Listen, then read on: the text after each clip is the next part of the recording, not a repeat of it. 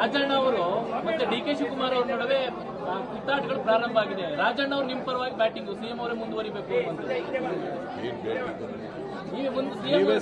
ಮುಂದುವರಿಬೇಕು ಅನ್ನೋದು ರಾಜಣ್ಣ.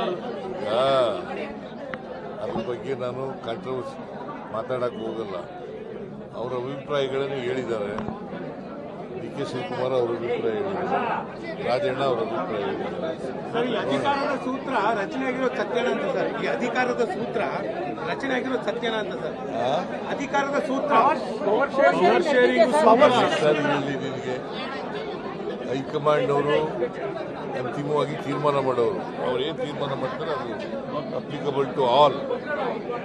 ಸರ್, ಇವತ್ತಿನ ಸಭೆ ಇದು ಫಲಶ್ರುತಿ ಆಯ್ತು ಅಂತೀರಾ ಸರ್? ದಲಿತ ಮುಖಂಡರ ಸಭೆ ಇವತ್ತು ಫಲಶ್ರುತಿಯಲ್ಲಿ ಅಲ್ಲ ಸರ್, ಅಂದ್ರೆ ಅವರ ಅಭಿಪ್ರಾಯ ಕೇಳದಯ್ಯ.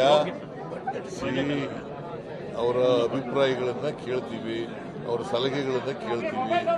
ಅದು ಎಲ್ಲರ ಅಭಿಪ್ರಾಯನೂ ಕೇಳಕ್ಕಾಗಲ್ಲ. ಈಗ ಸುಮಾರು 2.25 ಗಂಟೆ ಚರ್ಚೆ ಮಾಡಿದ್ದೀವಿ. ಕೆಲವರು ಅಭಿಪ್ರಾಯಗಳು ಕೊಟ್ಟಿದ್ದಾರೆ, ಕೆಲವರು ಲಿಖಿತ ಮೂಲಕ